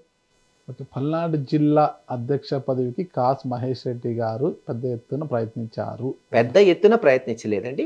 కానీ రామకృష్ణారెడ్డి గారిని మార్చమని నేను చెప్పాల. ఎందుకంటే రామకృష్ణారెడ్డి గారు ఎలక్షన్ అయిన వెంటనే ఉంచమనింది నేనే. రామకృష్ణారెడ్డి గారిని ఉంచండి, ఆయన మీద ఎక్కువ ఒత్తిడి ఉంటుంది, ఆయన జిల్లా అధ్యక్షుడు ఉంటే అందరం కలిసి సపోర్ట్ చేయగలుగుతాం, మాకు కూడా బాగుంటుంది, సీనియర్ ఎమ్మెల్యే అని. మొన్న ఒక చర్చ జరిగింది, రామకృష్ణారెడ్డి గారిని మార్చాలా అని. మారిస్తే నేను బాధ్యతలు తీసుకుంటాను, మార్చకపోతే నేను అడగను అన్నప్పుడు వాళ్ళు వర్కింగ్ ప్రెసిడెంట్ని పెట్టాలనుకున్నారు. రామకృష్ణారెడ్డి ఇప్పుడు మార్చడం కరెక్ట్ కాదు, ఆయన మరీ ఎక్కువ అక్రమాలు చేస్తున్నారు ఆయన మీద తెలుగుదేశం వాళ్ళు అన్నప్పుడు వర్కింగ్ ప్రెసిడెంట్ అయితే నాకు అంత ఇంట్రెస్ట్ లేదు. ఎందుకంటే ఇద్దరం కలిసి చేయాలంటే కుదరదు ఒకే దగ్గర. నేను ఆయనకు పూర్తి సపోర్ట్ ఉంటాను, కానీ వర్కింగ్ ప్రెసిడెంట్కి ఎవరైనా ఉంటే శ్రీనివాస్ రెడ్డి గారికి ఇస్తామంటే ఇమ్మనే చెప్పాను, మాకేం ప్రాబ్లం ఏం లేదు. కానీ మీరు ప్రయత్నించిన పిన్నెల్లి రామకృష్ణారెడ్డి గారు మాత్రము కాసు మహేష్ రెడ్డి కాకుండా ఎవరికైనా ఇవ్వండి ఆయన ప్రతిపాదించారనే విమర్శలు అయితే బయట ఉన్నాయి. ఎక్కడా లేదు, మీరు కొత్తగా విమర్శిస్తున్నారు. ఎందుకంటే మా రిలేషన్షిప్ చాలా బాగుంది. నిజమా? చాలా బాగుంది. రామకృష్ణారెడ్డి అటు ఎప్పుడు అండు ఆ మాట ఎప్పుడు అన్నాడు. మీ రిలేషన్ అంత బాగున్నప్పుడు 2024లో రామకృష్ణారెడ్డి గారి సోదరుడు పిన్నెల్లి వెంకటరెడ్డి గురజాల టికెట్ కోసం పట్టుబట్టారు, ఎందుకంటారు? లేదు, ఎప్పుడు పట్టుబట్టలేదు. ఎన్ని టీవీల్లో రూమర్స్ వస్తున్నాయి. వెంకట్రామరెడ్డి ఎప్పుడు కూడా నా గురజాల సీట్ ఇవ్వండి, మహేష్ రెడ్డిని తీసేసి ఇవ్వమని అడగలేదు. బహుశా అడుగుంటే నాకు కూడా ఎమ్మెల్యే సీట్ ఎక్కడన్నా ఇవ్వండి, ఎందుకంటే తాను కష్టపడుతున్నాడు. అతను కూడా పాపం మాచర్లలో ఫస్ట్ నుంచి పార్టీ పరంగా కష్టాలు పడుతున్నాడు, కానీ మహేష్ని తీసేసి ఇమ్మని ఎక్కడా అడగలేదు. ఇవన్నీ సరే ఊరికే పుకార్లు సృష్టించడానికి ఎవడైనా సృష్టించవచ్చు. అంటే మీకు పిన్నెల్లి కుటుంబానికి బాగానే సఖ్యత ఉంది. ఎవరితో నాకు ప్రాబ్లం ఉందండి? నాకు ఎవరితోనూ లేదని చెప్తున్నాను కదా. ఎందుకు ఉంటుంది ప్రాబ్లం? స్మార్ట్ మాట్లాడుతున్నారు మీరు. స్మార్ట్ జిల్లాలో ఎవరిని అడిగినా చెప్తారు పిన్నెల్లి కుటుంబం ఎప్పుడు కూడా మిమ్మల్ని వ్యతిరేకిస్తూనే ఉంటుంది. ఎప్పుడు లేదు. సోదరులు ఇద్దరు ఈ రోజుకి కూడా 2029కి కూడా పిన్నెల్లి కుటుంబం నుంచి పిన్నెల్లి రామకృష్ణారెడ్డి గారు మాచర్ల, పిన్నెల్లి వెంకటరెడ్డి గురజాల అడుగుతున్నారు ఖచ్చితంగా. అంటే పల్నాడు జిల్లాకు పెద్ద దిక్కుగా ఉన్న పిన్నెల్లి రామకృష్ణారెడ్డి గారు ఇప్పుడు చాలా ఇబ్బందుల్లో ఉన్నారు. వాళ్ళు అన్నీ కలిసి వచ్చి ఇద్దరికి 2 స్థానాలు, అటు మాచర్ల ఇటు గురజాల ఇస్తే కాసు మహేష్ రెడ్డి గారి పరిస్థితి ఏంటి అనేది కూడా డిస్కషన్ జరుగుతుంది. కాసు మహేష్ రెడ్డి పరిస్థితి ఏందో జగన్మోహన్ రెడ్డి గారు చూసుకుంటాడండి. నాకెందుకు? మనం ఆయన ఇచ్చిన బాధ్యత ఈరోజు గురజాలు ఇచ్చాడు, అక్కడ కార్యకర్తల కొరకు పోరాడాలి. ఇంకా ఆ సీట్ అడగటం అంటారా? నాకు పిన్నెల్లి రామకృష్ణారెడ్డి, వెంకటరామరెడ్డి గారు ఎవరైనా అడగచ్చు కదా. ఏ సీట్ అయినా ఎవరైనా అడగచ్చు. ఆ అర్హత పార్టీలో కష్టపడే వాడికి ఉంటుంది. జిల్లా అంటే మేము ఇద్దరమే ముగ్గురం కాదు, చాలా మంది ఉన్నారు కదా అక్కడ. శ్రీనివాసరెడ్డి గారు ఉన్నాడు, రజనీ గారు ఉన్నారు, బ్రహ్మనాయుడు గారు ఉన్నారు, శంకర్రావు గారు ఉన్నాడు, సుధీర్ గారు ఉన్నారు. ఇప్పుడు 7 ఇన్ఛార్జీలుగా ఉన్నాం. సో ఏది ఎటుపోతుందని కాదు, మనకి ఇచ్చిన బాధ్యత మనం నిర్వర్తించాలి. రేపేం బాధ్యత వచ్చిందో మనకు తెలియదు కదా. అంటే గతంలో తీసుకుంటే మీ తాతగారు కాసు బ్రహ్మానందరెడ్డి గారు ఉమ్మడి రాష్ట్ర ముఖ్యమంత్రిగా పనిచేసినారు. ఆయనను మర్చిపోలేరు ఎవరు కూడా. ఎంతో మందికి రాజకీయంగా భిక్ష పెట్టారు, ఎంతో మంది రాజకీయాలు తెలుసు. ఆయన శిష్యులు చాలా మంది శిష్యులు సీఎంలు కూడా అయ్యారు, ఆయన తర్వాత కూడా సీఎంలు అయ్యారు. అంటే ఆయన మరణానంతరము మీకు కేంద్రంలో ఒక గాడ్ ఫాదర్గా కావచ్చు, ఒక మంచి శ్రేయభిలాషిగా జైపాల్ రెడ్డి గారు మీకు చాలా దగ్గరగా ఉండేవారు. ఫాదర్కి ఎక్కువ పరిచయం, చాలా సార్లు కలిశాను. జైపాల్ రెడ్డి నేను ఆయన కలిసినప్పుడు ఏంటంటే నసరావుపేట, అప్పుడు నేను ఇంకా నాన్న తరఫున నసరావుపేట పాలిటిక్స్ చూసుకునేవాడిని. భూగర్భ డ్రైనేజ్ పథకం ఆ రోజు నేనే రూపకల్పన చేసి పట్టుపట్టి తీసుకొచ్చాను. జైపాల్ రెడ్డి గారు కూడా అడిగాడు, ఇంత చిన్న టౌన్కి అవసరమా ఇది అని. లేదు అంకుల్, ఇది చాలా అవసరం రానున్న కాలంలో. అందులో నసరావుపేట ఇదంతా భూమి అంతా ఒక సైడ్ నుంచి ఒక సైడ్కి వాలుగా ఉంటుంది. అందులో భూగర్భ డ్రైనేజ్ తీసుకొస్తే వచ్చే కాలంలో మనం ఈ శానిటేషన్ ప్రాబ్లము, డ్రైనేజ్ ప్రాబ్లం ఉండదని ఆ రోజు నాన్నగారి ద్వారా పట్టుబట్టి ఆయన దృష్టికి తీసుకెళ్లి డ్రైనేజ్తో సహా మీరు చూస్తే నసరావుపేటలో 100% సిమెంట్ రోడ్లు వేసాం. అది ఫస్ట్ టౌన్ యావత్ ఆంధ్ర రాష్ట్రంలో 100% సిమెంట్ రోడ్లు కలిగిన ఆంధ్రప్రదేశ్. అంటే నేను తెలంగాణ మొత్తం తీసుకున్నాను, పూర్తి చేసాం. ఏది 2009లోనే. అలా రిలేషన్షిప్ ఉంది, కానీ నాకు పొలిటికల్గా అంత లేదు. అంటే నాన్నగారికి, అంటే తాతగారి తర్వాత నాన్నగారికి జైపాల్ రెడ్డి మంచి సఖ్యత ఉండేది. రాజకీయంగా కూడా సపోర్ట్ చేస్తూ వచ్చారు. ఆయన ఢిల్లీలో ఉన్నారు కాబట్టి, ఎందుకంటే అప్పుడు సోనియా గాంధీ గారికి ఆయన వాళ్ళకి చాలా దగ్గర ఉంటారు కాబట్టి. అలాగా ఈ జనరేషన్లో వైఎస్ఆర్ కాంగ్రెస్ పార్టీలో కాసు మహేష్ రెడ్డి గారికి ఎవరు సపోర్టర్గా ఉన్నారు, ఎవరు గాడ్ ఫాదర్గా ఉన్నారంటే ఏం చెప్తారు? జగన్మోహన్ రెడ్డి గారే ఉన్నాడని నేరుగా అంతే కదండి. ఇప్పుడు అది కాంగ్రెస్ పార్టీ, ఢిల్లీ హైకమాండ్, ఆ సిస్టమ్ వేరే. నేషనల్ పార్టీ, ఇది రీజనల్ పార్టీ. రీజనల్ పార్టీలో అందులో జగన్మోహన్ రెడ్డి గారికి అణువు తెలుసు ఆంధ్ర రాష్ట్రం. ఆయన కొత్తగా వచ్చిన వ్యక్తి కాదు. పైగా మా గురించి, నా గురించి, కుటుంబం గురించి, ఆ ప్రాంతం గురించి తెలిసిన వ్యక్తి. ఇంకా దీంట్లో గాడ్ ఫాదర్ ఎవరంటే ఆయన గాడ్ ఫాదర్. మరి సరే, కేసుల కారణంగా, కొన్ని ఇబ్బందుల కారణంగా పిన్నెల్లి రామకృష్ణారెడ్డి గారిని జిల్లా అధ్యక్ష బాధ్యతను తప్పించుండొచ్చు అనుకోవచ్చు మనము. అయితే ఆయన తప్పిస్తే కుటుంబ పరంగా తీసుకుంటే, రాజకీయ పరంగా తీసుకుంటే ఒక ఉద్దండ కుటుంబానికి సంబంధించిన వారు మీరు చెప్పండి. మీ తాతగారి నుంచి తీసుకుంటే, ఆ లెగసీని తీసుకుంటే పెద్ద కుటుంబం మీది. ఇందులో ఉన్నత విద్యావంతులు మీరు, లా చేసిన వారు, మీకు సబ్జెక్ట్ ఉంది, నాలెడ్జ్ ఉంది, అంతా ఉంది కదా. మరి మిమ్మల్ని కాదని గోపిరెడ్డి గారిని, అంటే ఒక వాక్చాతుర్యం బాగుంది మీకు, ఎవరైనా అడ్రస్ చేసి మాట్లాడరు. మరి మిమ్మల్ని కాదని జిల్లా గోపిరెడ్డి గారికి ఎందుకు ఇచ్చినట్టు? అనేక సమీకరణలు ఉంటాయి పార్టీ అన్న. ఏం సమీకరణలు? నేను ఇందాక మీకు చెప్పినట్టు రామకృష్ణారెడ్డి గారిని ఫస్ట్ మార్చలేదు, ఆయనే ప్రెసిడెంట్గా కంటిన్యూ అవుతున్నాడు. నేను కూడా చెప్పింది ఆయన కంటిన్యూ చెయ్యండి. ఒకవేళ మార్చాల్సి వస్తే, ఎందుకంటే మీరు అన్నట్టు కేసుల వల్ల లాంగ్ స్టాండింగ్ ఉండి రాలేకపోతున్నాడు, ప్రోగ్రామ్స్ చేయలేకపోతున్నాడు. లేకపోతే ఆయన డెఫినెట్లీ అందరికన్నా సమర్థుడి, దాంట్లో మనం ఆక్షేపించాల్సిన విషయమే కాదు. కానీ రామకృష్ణారెడ్డి గారిని మార్చాల్సి వస్తే అనే టాపిక్ డిస్కషన్ జరుగుతుంది. మార్చాల్సి వస్తుందా, మార్చాలా వద్దా? కానీ ఫైనల్ గా ఆయనకి బెయిల్ వచ్చింది. మార్చాల్సిన అవసరం లేదనుకుంది పార్టీ. తాత్కాలికంగా వర్కింగ్ ప్రెసిడెంట్ పెడదాం, అది కూడా ఎందుకు ఆయన లేనప్పుడు. సపోజ్ రేపు ఇంకా ఇలాగే అఘాయిత్యాలు ఆయన మీద జరుగుతుంటే, అక్రమాలు, ఎవరో ఒకళ్ళు కనీసం మాట సహాయం చేయాలి కదా అని. సరే, అది శ్రీనివాసరెడ్డి గారికి ఇచ్చారు, తప్పేముంది దాంట్లో. మరి పిన్నెల్లి గారికి ఇన్ని జరుగుతున్నాయని మీరు చెప్తున్నారు, మరి జిల్లాలో ఉండే మీరంతా ఏం చేస్తున్నారు? నేను సహాయం చేస్తాం. ఏం చేస్తాం? సహాయం అంటే ఎలాంటి సహాయం చేస్తున్నారు? ఇప్పుడు కొన్ని మేము టీవీలో చెప్పలేనివి, అన్ని మేము మాట్లాడుకుని చేసేవి. అండదండలుగా ఉంటాం వాళ్ళ కుటుంబానికి. ఇప్పుడు కేసుల పరంగా బెయిల్లకు కానీ, లాయర్స్తో మాట్లాడటం కానీ, అవన్నీ చేతనైనంత వరకు చేయగలుగుతున్నాం. But we are fighting against system. సిస్టమ్కి వ్యతిరేకంగా ఫైట్ చేయాలంటే మాకున్న ఏకైక చాయిస్ కోర్టే కదండి. కోర్టులో ఇప్పుడు నేను పోయి వాదించేది కాదు, ఇంకోటి పోయి వాదించేది కాదు. ఆ లాయర్స్ని పెట్టుకొని వాళ్ళని పర్సీవ్ చేయటం డే టు డే. మీరు కనీసం నేను ఒక 5-6 సార్లు మాట్లాడుంటా, ఏమవుతుంది, బెయిల్ వస్తుందా లేదా, ఏమవుతుంది, చిన్న టెన్షన్ ఉంటుంది కదా. ఇది కరెక్ట్ కాదు. మర్డర్ చేసుకుంది టీడీపీ వాళ్ళు, వాళ్ళలో వాళ్ళు చేసుకున్నారు. అది తీసుకొచ్చి రామకృష్ణారెడ్డి గారి మీద పెట్టారు. నా బాధ ఈ ఒక్క కేసు కాదు, ఇటువంటి పరిస్థితి నేను ఇప్పటివరకు చూడలేదు పల్నాడులో. ఇప్పుడు టీడీపీ వాళ్ళని వైఎస్ఆర్ వాళ్ళు మర్డర్ చేస్తే అక్కడ ఆ గ్రామంలో లేని నాయకులను ఆ మండల నాయకులను ఫిక్స్ చేయటం చాలాసార్లు జరిగింది, జరగలేదని నేను అనట్లా. కానీ టీడీపీ వాళ్ళే చంపుకొని వైఎస్ఆర్సీపీ మెయిన్ లీడర్ మీద పెడితే రేపు ఇదే ప్రాక్టీస్ కొనసాగితే ఏంటి పరిస్థితి? ఎవరు శాశ్వతం కాదు, వాళ్ళు ఎటు ఉండరు, రేపు మేము వస్తాం, అప్పుడు ఏం క్యాడర్ ఇలాగే వాళ్ళు కొనసాగితే అంటున్నారు కదా, అంటే రేపు మీరు వస్తే ఏం చేస్తారు మీరు? ఏమోనండి, పోయినసారి అయితే మేము క్యాడర్ని అయితే గొడవలకు ప్రోత్సహించలేదు, మా తత్వం మీకు తెలుసు. జగన్మోహన్ రెడ్డి గారు కూడా ఎక్కడ వెంజన్స్ పాలిటిక్స్ వద్దు అనుకున్నాం, అందరికీ చేసి పెట్టమన్నాడు జగన్మోహన్ రెడ్డి గారు, అలాగే చేసి పెట్టాం.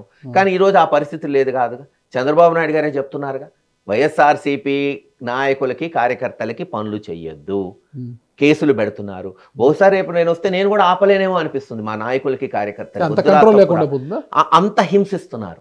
ఇప్పుడు తెగించే వరకు దేన్ని తేగూడదు, అంత దూరం తీసుకొస్తున్నారు. ఇప్పుడు పిన్నెల్ అనే ఊర్లో 400 కుటుంబాలు ఎస్సీ ఎస్టీ మైనారిటీలు, ఓకే అనుకుందాం పోనీ, టీడీపీ వాళ్ళు అంటున్నట్టు వైఎస్ఆర్లో ఒక 10 మంది నాయకులు తప్పు చేశారు. ఆ 10 మంది నాయకులు ఊరు బయట ఉంటే అదొక రకం, 400 కుటుంబాలు ఉండటం ఏంటండి? అసలు ఏం సంబంధం 400 కుటుంబాలకి? మీరు కావాలంటే పోయి కనుక్కోండి పిన్నెల్లో. గతంలో ఇప్పుడన్నా జరిగిందా? ఉన్న వాస్తవాలు ఇప్పుడు మీరు నేను చెప్పానా టీడీపీ చెప్పిందా కాదు, ఉన్న వాస్తవం 400 కుటుంబాలు ఈరోజు అనేక చోట్ల ఉన్నాయంటే వాళ్ళకి ఎంత కక్ష ఉంటుంది రేపు 5 ఏళ్ల తర్వాత? చెప్పండి. నేనేం చెప్పమంటారు? 5 ఏళ్ల తర్వాత పాపం రా, వదిలేండి రా, వాళ్ళ కర్మ వాళ్ళు పడతారు. ఎన్నిసార్లు చెప్తావా అంటారు, ఎన్నిసార్లు చెప్తావా నీ నీతులు? అది తప్పని అంటున్నా నేను. స్టార్ట్ చేయది, ఇవి గతంలో లేవు. ఇప్పుడు ఒకప్పుడు ఫ్రాక్షనిజం ఉన్నింది, నక్సలిజం ఉన్నింది, అయిపోయిందిగా. పిల్లలు బ్రహ్మాండంగా చదువుకుంటున్నారు, బాగుపడుతున్నారు. ఇప్పటికైనా రాజకీయం మారుద్దాం. ఎస్, మేము మెడికల్ కాలేజ్ తీసుకొచ్చాం, నువ్వు 2 గట్టు. మేము ఒక హైవే వేసాం, నువ్వు 2 చేయి. నేను 2 మున్సిపాలిటీలు చేశాను, నువ్వు 3 చేయి. నేను తాగునీటి పథకాలు తీసుకొచ్చా, నువ్వు ఇంకోటి తీసుకురా, ఊరు బాగుపడుతుంది. ఎవరైనా శాశ్వతం చూస్తున్నాగా, ఇప్పుడు 40 ఏళ్ళ నుంచి చూస్తున్నాం. ఎవరన్నా గ్యారంటీగా ఉన్నారా చెప్పండి? ప్రజలు అందరికీ అవకాశం ఇస్తున్నారు. ఓకే, రేపు ఓడిపోయిన తర్వాత మనం ఇది చేసామనే తృప్తన్నా మిగులుతుంది కదా. కానీ కొంతమంది వినట్లా, వాళ్ళ కర్మ, ఏం చేస్తాం? మిమ్మల్ని గెలిపించి 2019లో తొలిసారిగా మిమ్మల్ని అసెంబ్లీలోకి అడుగు పెట్టేలా చేసిన గురజాల నియోజకవర్గ ప్రజలన్నా మీకు నిజంగా ప్రేమ ఉందా? ఉండబట్టే కదండి ఇన్ని పథకాలు. బహుశా నా జీవితంలో ఆశపడిందంతా అక్కడ చేస్తున్నాను. ఇప్పుడు మెడికల్ కాలేజ్ అని నా కళ. ఎందుకంటే బ్రహ్మాందరెడ్డి గారు ఉన్నప్పుడు నసరావుపేటలో SSN కాలేజు, కాసు రాఘవమ్మ కాలేజ్ వచ్చింది, మాచర్లలో డిగ్రీ కాలేజ్ వచ్చింది, కొన్ని 10-20 జూనియర్ కాలేజెస్ స్థాపించి. అంటే అప్పుడు ఎడ్యుకేషన్ తక్కువగా ఉండేది కదా ఆ ప్రాంతంలో. కాసు కృష్ణారెడ్డి గారు ఉన్నప్పుడు 5-6 ఇంజనీరింగ్ కాలేజీలు వచ్చినాయి, JNTU తీసుకొచ్చాడు. నా కళ ఏంది, మనం రాజకీయంలో వస్తే ఒక మెడికల్ కాలేజ్ స్థాపించాలని. దానికి అనువుగా నాన్న మంత్రిగా ఉన్నప్పుడు నసరావుపేటలో ఒక 100 పడకల హాస్పిటల్ లింగంగుంటలో శాంక్షన్ చేయించాను. అక్కడ 20 ఎకరాల NSP స్థలం ఉంది. ఇది బాగుంటుంది రేపు ఎప్పుడన్నా మనం మెడికల్ కాలేజ్ కట్టడానికని. కానీ నేను గురజాల్లో గెలిచిన తర్వాత జగన్ గారిని 1 జూన్లో గెలిచాం, జూలై 3 or 4 అనుకుంటా. ఫస్ట్ కలిసిన వెంటనే నేను అడిగింది, అన్నా నాకు ఒక్క మెడికల్ కాలేజ్ శాంక్షన్ చేయని. 6 daysలో ఫస్ట్ బడ్జెట్ సెషన్లోనే 66 crores శాంక్షన్ చేశారు జగన్ గారు. అది తీసుకెళ్ళి ఎక్కడ పెట్టాను? గురజాల నడిబొడ్డులో, గురజాల సెంటర్లో పెట్టాం. ఊహించండి, కనీసం డిగ్రీ కాలేజ్ కూడా లేని పల్నాడు ప్రాంతంలో విద్యకే అతివిన్నతమైన విద్య మెడికల్ కాలేజ్ రాబోతుంది. కనీసం 50 పడకల హాస్పిటల్ లేని గురజాల, మాచర్ల, పల్నాడు ప్రాంతంలో 500 పడకల హాస్పిటల్ వచ్చే సంవత్సరం ఓపెన్ అవుతుంది. చెప్పండి మరి ఇంతకన్నా. సార్, గురజాలను ఇంత డెవలప్ చేసిన చాలా గర్వంగా చదువు, మీ కళలో కూడా కనిపిస్తుంది ఆనందం, నేను చేశానని. అంత చేసిన గురజాలలోనే మీరు పేటలో కాకుండా మీరే శాశ్వత నివాస గృహం గురజాలలోనే ఏర్పాటు చేసుకుని అక్కడే ఉండొచ్చు కదా మీరు. అక్కడికి ఇక్కడికి మళ్ళీ ట్రావెల్ ఎందుకు, షటిల్ ఎందుకు? కాదండి, శాశ్వతం అయితే ఏంది, రెంట్ అయితే ఏంది? నాకు ఇల్లు ఉంది, ఆఫీస్ ఉంది, ఓకే, షటిల్ అవుతున్నాం. ఇది 70 ఏళ్ల నుంచి ఉన్న ఇల్లు. ఓకే, ఒక ఎమోషన్ ఉంటుంది. మిమ్మల్ని కలవాలంటే రాత్రి అయినా ఎప్పుడైనా కూడా పేటకు ఎందుకు రావాలి? గురజాలలో మీరు రమ్మన్నట్మే ఎవ్వరు రారు. నసరావుపేటకు వచ్చి కలిసేవాడు ఎవడూ లేడు. నేను పొద్దున పోతే అక్కడన్నా కలుస్తారు. అసలు ఇప్పుడు మొబైల్ వచ్చినాక మారుమూల గ్రామం నుంచి కూడా ఎవరికన్నా ఫోన్ ఉంటే అర్ధరాత్రి కూడా చేస్తాడు. ఏందన్నా నన్ను పట్టుకున్నారు పోలీసులు, ఏంది ఇచ్చిన దానికి పట్టుకుంటారా అని. మొబైల్ వచ్చిన తర్వాత ఇంకా కలిసేది చాలా తగ్గిపోయింది. ఇప్పుడు మొబైల్ ఫోన్స్తోనే 50% ఇదవుతుంది. అయినా కానీ మాకు ఒక ఎమోషన్ బాండింగ్. ఇప్పుడు 70-80 ఏళ్ళ ఇళ్ళు, చిన్నప్పటి నుంచి పెరిగిన ఇళ్ళు, ఎందుకు వదులుకోవాలా? తప్పేముంది? 20 నిమిషాల్లో నువ్వు కాన్స్టిట్యున్సీకి పోతుంటే, మీరు హైదరాబాద్లో మీ ఇంటి నుంచి ఆఫీస్కి రావాలంటేనే 15-20 నిమిషాలు పడుతుంది. మరి ఇక్కడ పట్టగలేదు, అక్కడేముంది బ్రహ్మాండంగా రోడ్డు ఉంటే. సరే గురజాల గురించి ఇంత గొప్ప చెప్తున్నా, మీ నోరు ఒకటి చెప్తున్నా మనసు మాత్రం ఇంకోటి చెప్తోంది అని బయట వినిపిస్తుంది.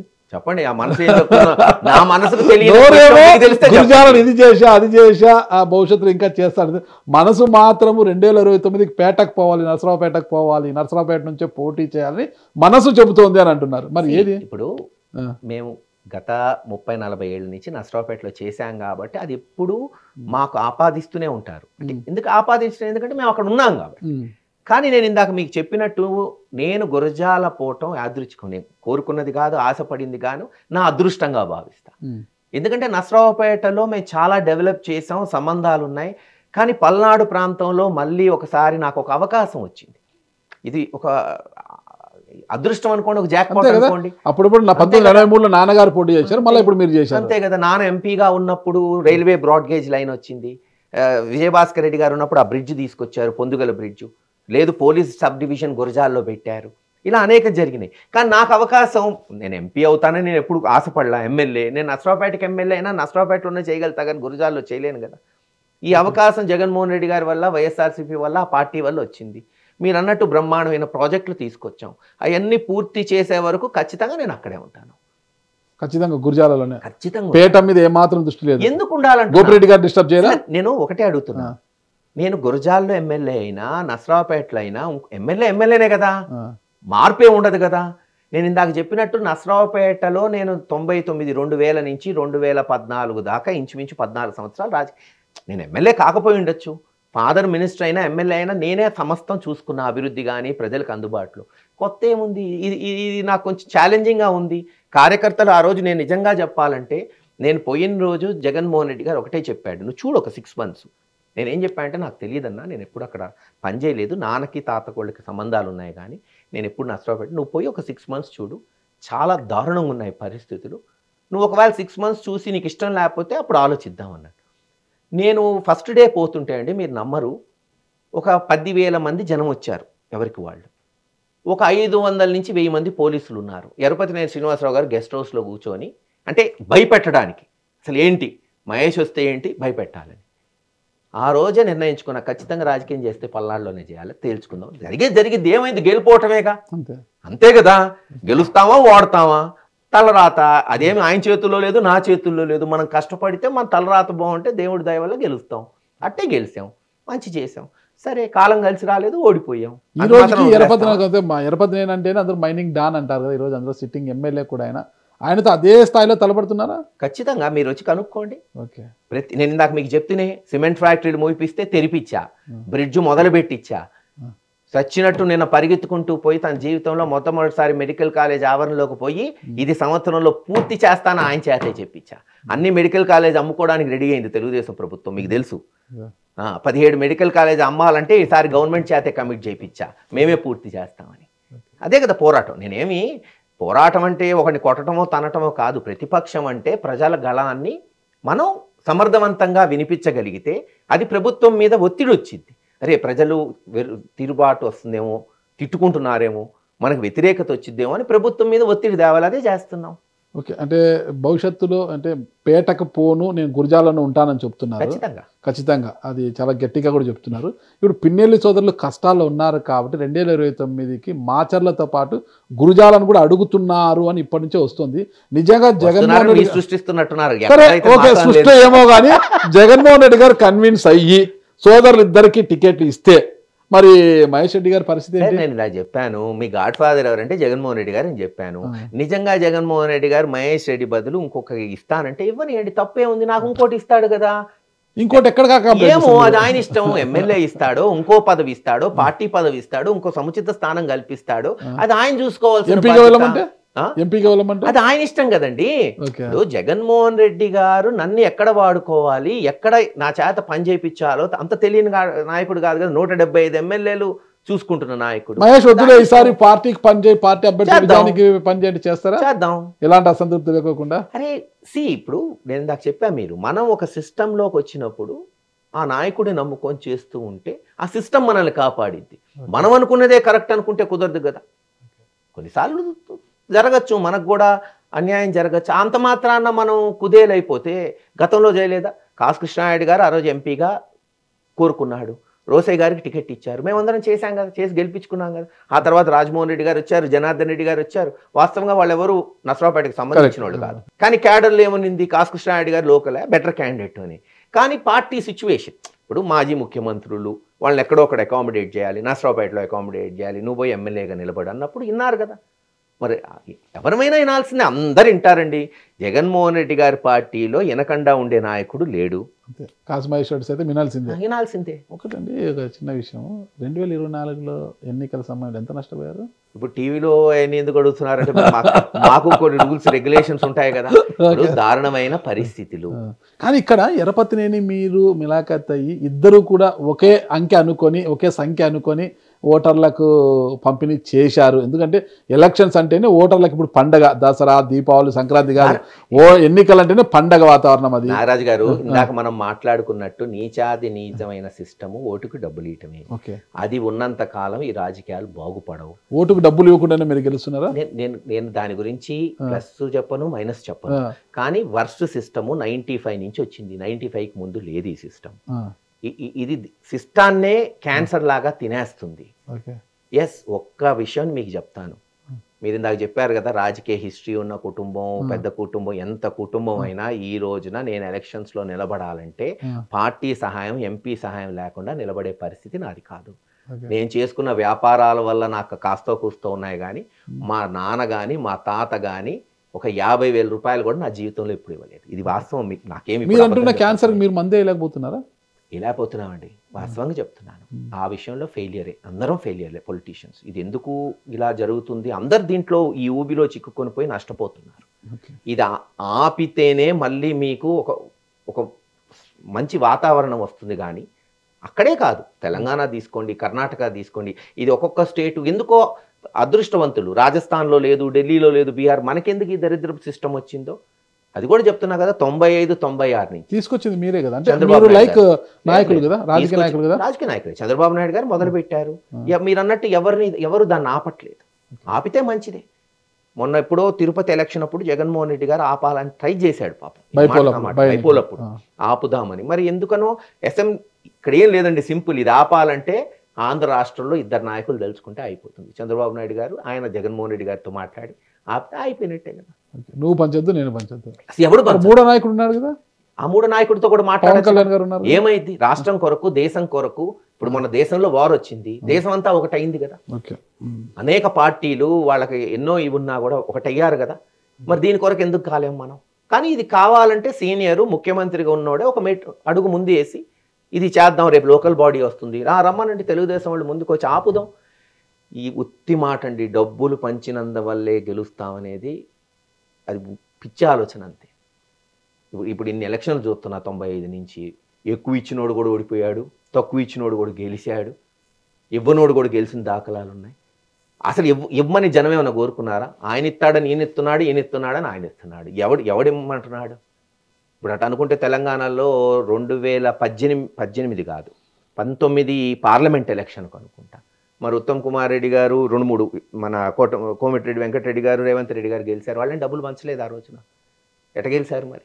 మొన్న బీజేపీ వాళ్ళు గెలిచారు. ఇక్కడ చెప్తున్నా, ఎప్పుడోప్పుడు ఆపాలంటే నేను చెప్పినట్టు ఈ నాయకులు, మీలాంటి మీడియా అధిపతులు కొంతమంది తీసుకొస్తే ఒక అవేర్నెస్. ఎన్ని రోజులు అందరు తిడుతున్నారా, చెత్తనంటున్నారు, ఇది కరెక్ట్ కాదంటారు. మరి ఎవరు నాంది పలకాలి దీనికి? ఆపాలని అంటారు. ఎవరు ఆపాలా? ఎవరు తాళి కట్టాలా? కట్టండి. ఎవరో ఒకళ్ళు ముందుకు వచ్చి అవేర్నెస్. మీరే ముందుకు రండి, ఫస్ట్ అడుగుదాం.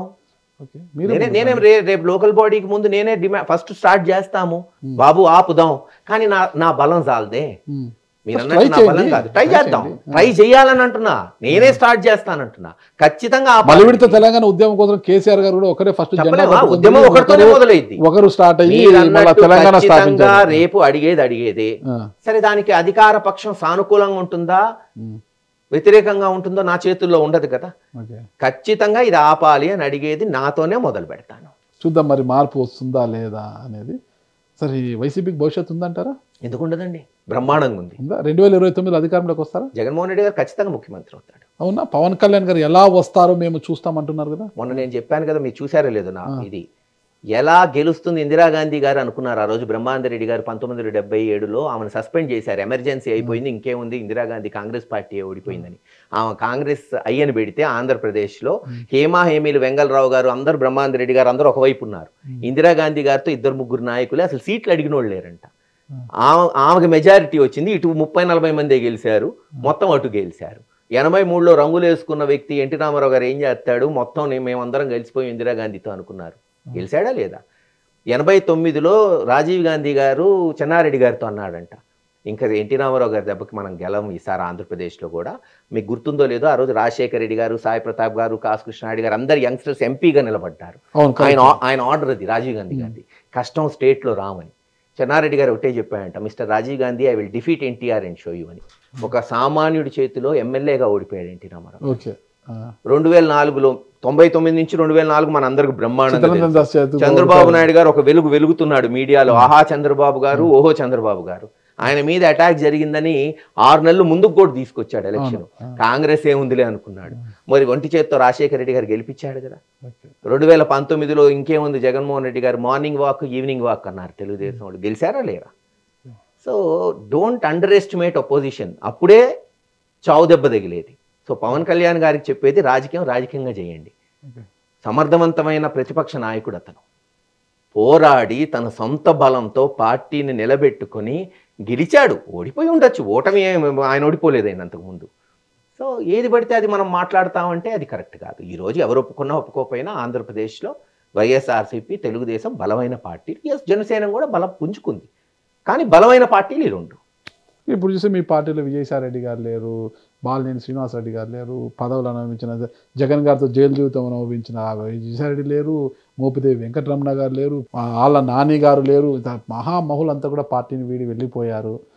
పార్టీని నడిపించేది ఒక్క జగన్మోహన్ రెడ్డి గారు ఆయన మళ్ళీ తిరిగి ప్రజల్లోకి రావాలి, పాదయాత్ర చేస్తానంటున్నారు ఆయన.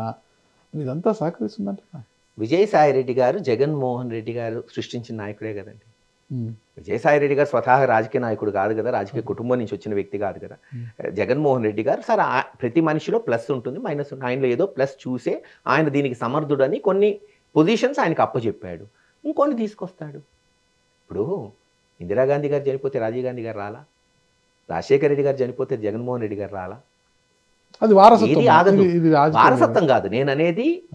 ఎక్కడో అక్కడ ఇంకోళ్ళు వస్తుంటాడండి. మన వల్లే తెల్లారిద్ది, నా వల్లే అన్నీ జరుగుతాయి అనుకుంటే మనంత పిచ్చోళ్ళు ఇంకోళ్ళు ఉండరు. తలదన్నేవాడు ఉంటే తలదన్నేవాడు ఇంకోడు వస్తాడన్నట్టు ఖచ్చితంగా వస్తారు. ఇంకోటి సృష్టిస్తాడు జగన్మోహన్ రెడ్డి గారు, ఇంకోటిని ఎంకరేజ్ చేస్తాడు, ఇంకోళ్ళు వస్తారు. డెఫినెట్లీ కొన్ని రోజులు ఆ లోటు ఉండొచ్చు. ఎవరు పోయినా, మీరు అన్న నాయకులు ఎవరు పోయినా తాత్కాలికంగా లోటు ఉంటుంది. ఆ లోటును ఇంకోటి భర్తీ చేస్తాడేమో, వాళ్ళకన్నా బలమైన వాళ్ళు వస్తారేమో. రాజకీయంలో ఎప్పుడు కొత్త ఒక వింతగా ఉంటుంది. ప్రజలు కూడా దాన్ని ఆస్వాదిస్తారు. చూద్దాంరా, వీళ్ళకు అవకాశం ఇద్దాం, ఛాన్స్ ఇద్దామని ఆలోచిస్తుంటారు. ఆ కోణంలో డెఫినెట్లీ నేనేం పెద్ద నష్టపోయామని నేను అన్ను. వెళ్ళిపోయిన వాళ్ళు పోనీయండి, బ్రహ్మాండమైన వాళ్ళు ఉన్నారు, బ్రహ్మాండంగా వస్తారు. 2019 ఎన్నికల ముందు జగన్మోహన్ రెడ్డి గారు రాష్ట్ర వ్యాప్తంగా పాదయాత్ర చేశారు. దాదాపు నాకు తెలిసి 134 నియోజకవర్గాల్లో ఆయన పర్యటించారు. 2 కోట్ల మందికి పైగానే ఆయన కలుసుకున్నారు కదా. సమస్యలన్నీ కూడా ఆయన క్షుణ్ణంగా పరిశీలించిన తర్వాతే నవరత్నాలు ప్రవేశపెట్టి విద్య, వైద్యం, ఆరోగ్యం, చాలా వ్యవసాయము వీటి మీద బాగా దృష్టి పెట్టి చాలా సంస్కరణ, విద్యలో సంస్కరణ తీసుకొచ్చారు. వ్యవసాయ ఆర్బీకేల ద్వారా కావచ్చు, విత్తనాలు, ఎరువులు అన్నీ, ఇంటి వద్దకే రేషన్ బియ్యం, ఇలా అన్నీ తీసుకొచ్చారంట. అన్ని సమస్యలు చూసి మళ్ళా పాదయాత్ర చేస్తానంటున్నది. ఎందుకోసం పాదయాత్ర? ఇంకా కొత్తగా వచ్చే సమస్యలు ఏమున్నాయి? ఎందుకుండదండి, మనిషి జీవితమే ఒక సమస్య. ఓకే, అన్ని సమస్యలు ఏవో ఉంది కదా. ఒక రాష్ట్రం అభివృద్ధి చెందాలంటే విద్య, వైద్యం, వ్యవసాయం 3 రంగాల అనేది కేవలం సమస్యలు పరిష్కరించడానికి కాదు కదా, ప్రజలతో కనెక్షన్ పెంచుకోవడానికి, ఇంకా వాళ్ళ మెరుగు, వాళ్ళు ఏం కోరుకుంటున్నారో తెలుసుకోవడానికి. ఇప్పుడు కాలం ఎంత ఫాస్ట్ గా మారుతుందో మీరే చూస్తున్నారు. ముఖ్యమంత్రిగా ఉన్నప్పుడు ప్రజలతో కనెక్షనే తెంపేసుకున్నారు. ప్రజలతో కావచ్చు, కార్యకర్తలు కనెక్షన్ తెంపేసుకున్నారు ఆయన. ఇప్పుడు మళ్ళీ ప్రతిపక్షం ఆ రోజు కూడా ప్రజల క్యాడర్తో కలవలేదు. మీరు ఎమ్మెల్యేగా ఉన్నప్పుడు జగన్మోహన్ రెడ్డి గారు ఎన్నిసార్లు కలిశారు? కలిసాం, ప్రతి సంవత్సరం కలిసేవాడిని, నా సమస్యలు తెలుసుకున్నా. ఇప్పుడు పారామీటర్స్ మారుతున్నాయి, పాలనా సౌలభ్యం. ఇప్పుడు గతంలో రాజశేఖర రెడ్డి గారు ఉన్నప్పుడు ఎన్ని పథకాలు ఉన్నాయండి? 2 పథకాలు ఉన్నాయి. ఎన్టీ రామారావు గారు ఉన్నప్పుడు ఒకటి ₹2 కేజీ బియ్యం. రాజశేఖర రెడ్డి గారు ఉన్నప్పుడు ఇందిరమ్మ ఆదర్శ గ్రామాలని ఇళ్ళు, పెన్షన్లు చెప్తున్నా. అదే జగన్మోహన్ ఫీజు రియంబర్స్మెంట్, చివరిలో వచ్చింది. First లో లేదు. రైతు రుణమాఫీ, ఉచిత విద్యుత్, అవి మీకు లాస్ట్ 2 years లో వచ్చినాయి. ఉచిత విద్యుత్ ఫస్ట్ డే నుంచి ఉంది, కానీ మీకు ఫీజు రియంబర్స్మెంట్, ఆరోగ్యశ్రీ బ్రహ్మాండమైన రుణమాఫీ కూడా వచ్చిన వెంటనే చేశారు. రుణమాఫీ ఒకేసారి జరిగిపోయింది కదా. It's not a continuous program. రుణమాఫీ ఎన్ఆర్ఈజిఎస్ ప్రోగ్రామ్ అనేది కేంద్ర ప్రభుత్వం స్థాపించింది. రాజశేఖర రెడ్డి గారు దాన్ని మారుమూల గ్రామాలకు రుణమాఫీ అని రాజశేఖర్ రెడ్డి వచ్చినదండి, ఆయన అడగడం వల్ల వచ్చిందండి. మన్మోహన్ సింగ్ గారిని మెప్పించి అప్పుడున్న పరిస్థితులు బట్టి ఆయన ఒప్పించాడు, అందుకని జరిగింది. కానీ ఇప్పుడు జగన్మోహన్ రెడ్డి గారికి వచ్చిన ఇదేంటంటే, ఆయన పెట్టిన నవరత్నాలు ప్రతి మంత్ జరగాల్సింది. రుణమాఫీ ఒకసారి తెచ్చి చేయటం కష్టమైంది, కానీ ఇది అంతకన్నా కష్టమైంది every month. So every month focus, సమస్యలు కూడా పెరిగిపోయినాయి కదా. కలవలేదు అనేది అంటే ఈ కంపారిజన్స్ వల్ల ఒకప్పుడు పాలిటీషియన్స్కి ఇప్పుడున్న దీనికి తేడాలు ఉంటాయి. డెవలప్మెంట్ చేసుకోవాలి, సంక్షేమం చూసుకోవాలి, మీ మీడియా ఆన్సర్లు చెప్పుకోవాలి. అప్పుడు మహా అయితే ఓ పేపర్ ఉండేదేమో, ఓ ఛానల్ కూడా లేదు. ఇప్పుడు ప్రతి ఒక్కడో ఛానలే కదా, ప్రతి చేతిలో ఒక ఛానల్ ఉంది. సో ఇన్ని చూసుకోవాలి, సోషల్ మీడియాలో చేసుకోవాలి, ఎమ్మెల్యేలు చూడాలి, కార్యకర్తలతో మాట్లాడాలి. బట్ డెఫినెట్లీ ఒక సీఎంకి అపోజిషన్ లీడర్కి చాలా తేడా ఉంటుంది. సీఎంకి సెక్యూరిటీ ప్రాబ్లమ్స్ కానీ, లేదు ఇప్పుడు నేను చెప్పిన బాధ్యతలు కానీ, ఒక అపోజిషన్ లీడర్కి ఇంత స్ట్రెస్ ఉండదు కదా, ఇంత ప్రెషర్ ఉండదు కదా. మళ్ళీ జనంలో కలవాలని ఆయన కోరుకుంటున్నాడు. మళ్ళీ మనం జనంలో తిరగాలి, ముఖ్యంగా వాళ్ళు చెప్పిన అబద్ధాలు, వాళ్ళు మోసాలని ఎండగట్టాలి, తద్వారా రేపు ఏం చేయాలో కూడా వివరించాలి. మొత్తం మీద చెప్పండి, ఇప్పుడైతే రెడ్ బుక్ రాజ్యాంగం నడుస్తుంది అంటున్నారు. కొన్ని నియోజకవర్గాల్లో అయితే ఒక రెడ్ బుక్ మాత్రమే రాశారు, మేము ఒక్కొక్కరు ఒక్కొక్క రెడ్ బుక్ రాస్తామని గట్టిగా చెప్తున్నారు మీ పార్టీ నాయకులు. మీరేం రాయబోతున్నారు? గ్రామానికి బుక్ ఉంటుందేమో రేపు, ఈ రకంగా చూస్తుంటే అట్లా అందిస్తున్నారు పాలన. మేము గ్రామానికి ఒక పాంప్లెట్ వేసామండి అభివృద్ధి మీద, ఏమేం చేశానో ప్రతి గ్రామంలో వివరించాను. కానీ రేపు ఇంకో పాంప్లెట్ వేస్తాం, గ్రామానికి వాళ్ళు చేసిన అకృత్యాలు ప్రతి గ్రామానికి వివరించబోతున్నాం. ఇప్పుడు అంతే కదా, రేపు 5 years తర్వాత మీరు అధికారంలోకి వచ్చాక కక్ష సాధింపులకు పెద్దపీట వేస్తారా, గురజాలను మరింత అభివృద్ధి చేయడానికి పెద్దపీట వేస్తారా? ఖచ్చితంగా అభివృద్ధి. నేను ఇందాక చెప్పా కదా, మీకు మిగిలిపోయేది అదే రాజకీయ నాయకులకి. ఈ పదవి అన్నారే, నేను ఊరుకున్నా నా కార్యకర్తలు ఊరికేమో నేను పోవచ్చు అంటున్నాను. ఆ రోజు నా ప్రయత్నం చేస్తాను, కానీ నా ప్రయత్నం ఎంతవరకు సఫలీకృతం అవుతుందో ఆ రోజు చూద్దాం. ఏం చేయాలనుకున్నారు? నేను ప్రయత్నం చేస్తానంటున్నాను, శాంతి కొరకు అంటున్నాను. ఆ రోజు ఎంతవరకు అది చేయగలుగుతానో చూద్దాం అంటున్నాను. గట్టిగా నాకు ప్రమాణం చేయండి, 2029లో గురుజాల నుంచే నేను పోటీ చేస్తున్నాను, గురుజాల ప్రజల ఆకాంక్ష మేరకు అభివృద్ధి చేయబోతున్నాను ప్రమాణం చేయండి. జగన్మోహన్ రెడ్డి గారు ఎక్కడ చెప్తే అక్కడ పోటీ చేస్తానండి. అది గురజాలనా గుంటూరునా అనేది జగన్మోహన్ రెడ్డి గారి ఇష్టం. నా వంతు నేను మటుకు మీకు మనస్ఫూర్తిగా చెప్తాను, నేను గురజాల్లో ఉండాలని కోరుకుంటున్నాను. ఎందుకంటే ఈ కార్యక్రమాలు పూర్తి చేయాలి, నా జీవితానికి మిగిలిపోయే కార్యక్రమాలు, వేరేదేమీ లేదు. వాళ్ళు మనకి న్యాయం చేశారు, నన్ను ఫస్ట్ టైం ఎమ్మెల్యేగా గెలిపించారు, వాళ్ళ రుణం తీర్చుకోవాలి కదా ఒక మనిషిగా. ఇప్పుడు 70-80% పనులు పూర్తయినాయి. ఈ తెలుగుదేశం ప్రభుత్వం పూర్తి చేసేటట్టు ఒత్తిడి తీసుకొస్తా, ఒక ప్రతిపక్ష నాయకుడిగా నా బాధ్యత నిర్వర్తిస్తా. వాళ్ళు చేయలేకపోతే అవి పూర్తి చేస్తా, ఇంకా చేయాల్సినవి ఉన్నాయి, చేయాలనేది నాకు అభిలాష. ఖచ్చితంగా పోటీ చేస్తా.